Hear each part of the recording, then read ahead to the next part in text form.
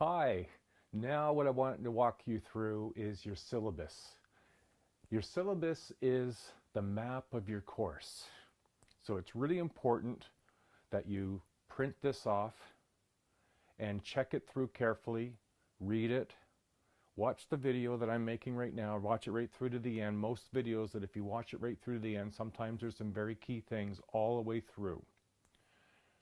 Now I'm going to walk you through step by step some of the things that are important to point out in your syllabus, okay? On this page here, you're noticing that it's a basic information piece.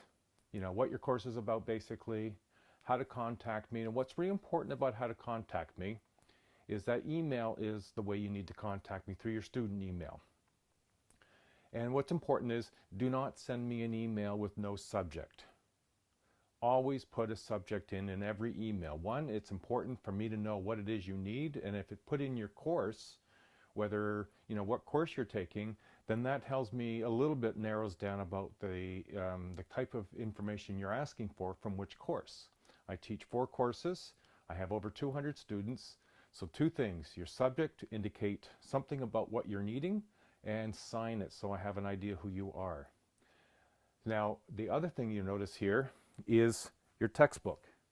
And if you're wondering, yes, your textbook's necessary. Now, unlike an in-class where you will be in class for 3 hours in the course of the week, this is an online class and you won't be in class for that length of time. So what's really important about that is that you're going to have to make time in your day or your week to dedicate 3 hours or more to your online class, the same as you would in an in-class. Now, I'm going to make videos for you, but I won't be making videos that are 3 hours long. I'll make 1 or 2 videos that can be anywhere between 15 and 30 to 40 minutes maybe. And that's it. So the rest of your information, or the information that's going to augment your learning, is coming from your textbook. So yes, the textbook's necessary. All right? So that's that information there. Now what you're seeing is a week by week breakdown of what week we're in, week 1, week 2, week 3, and so on, what the content of that week will be. Now this week by week breakdown matches what you'll find in Blackboard. I have a week 1 folder, a week 2 folder, so everything that's in week 1 on your syllabus will be in week 1 in your Blackboard shell. Not only does it indicate what we're going to do, but where in the textbook, you know, what chapter to be paying attention to, and that there's a video posted in week 1 folder that you can watch that's going to help you with that information. Okay? Now you'll also notice that your journals, your tests, and your assignments are listed in your in your syllabus. And what's important about that, as you notice, is that there's days in which things are open and days in which things are closed, or there are due dates.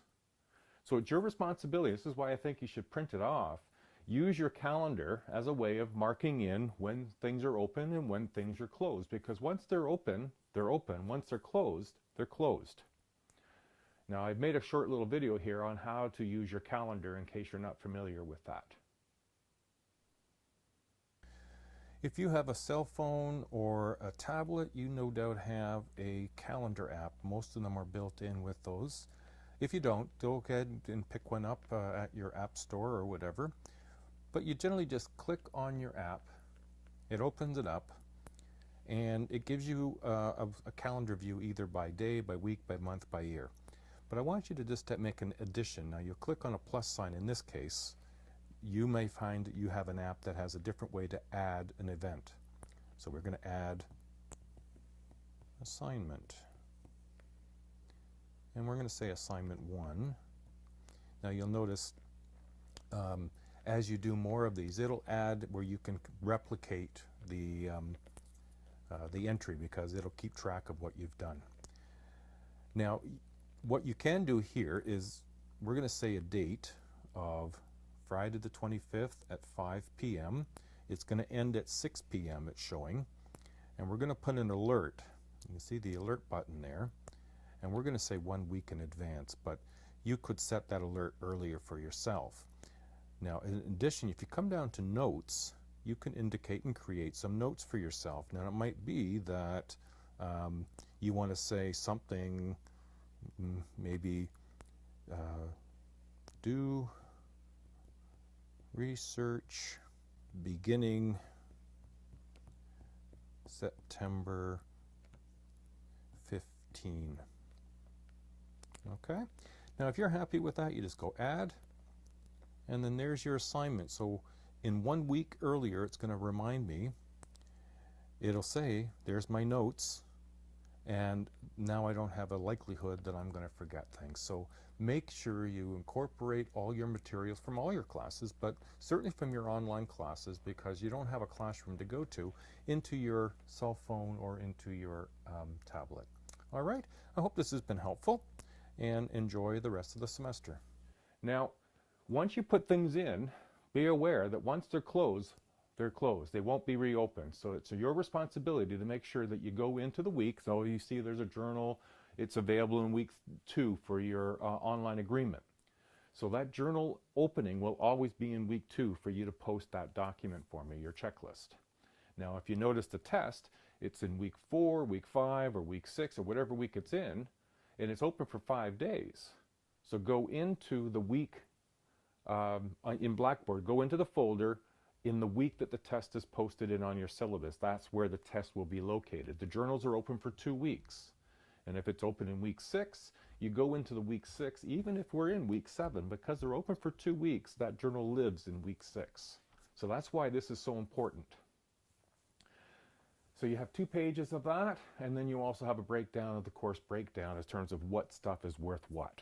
When is it due? And so it gives you an idea, an overview of what's expected. So mark those things in your calendar. Now you're seeing a combination of some additional information, whether it's course policies and procedures to look at what are your rights and responsibilities, appeals, under what circumstances can you get extensions. Now I've put a separate video on that. You'll have received that in your first week. Am I an online learner? I talk about extensions and under what circumstances, so make sure you watch that. And then you're also seeing student services, where they live and who they are and what they do. Those are services that come a part of your tuition, and because student lives are complicated, you know, you're not just a student, you're sometimes a parent, you're also an employee, you have more complicated lives and things can creep up on you. So student service is a great place to go get some support. So this is your syllabus. This is your map of the course. Print it, put things in your calendar, put alerts in like I showed you how to do to remind you when things are done. Because if you miss a journal or you miss a test, I'm sorry, you've missed it. And now the rest of your semester is going to be based on a mark less that particular activity, test, or journal. All right. I hope this has been helpful. I hope the videos will be helpful for you. So please make sure that you watch them right through to the end. And in the folders, make sure you scroll right through, because some things I might have posted more things and they may not be on your complete screen. So feel free to scroll down and find everything there. If you have questions, please feel free to email me, subject in your name, and please read the document and watch the video before you email me with the question, okay?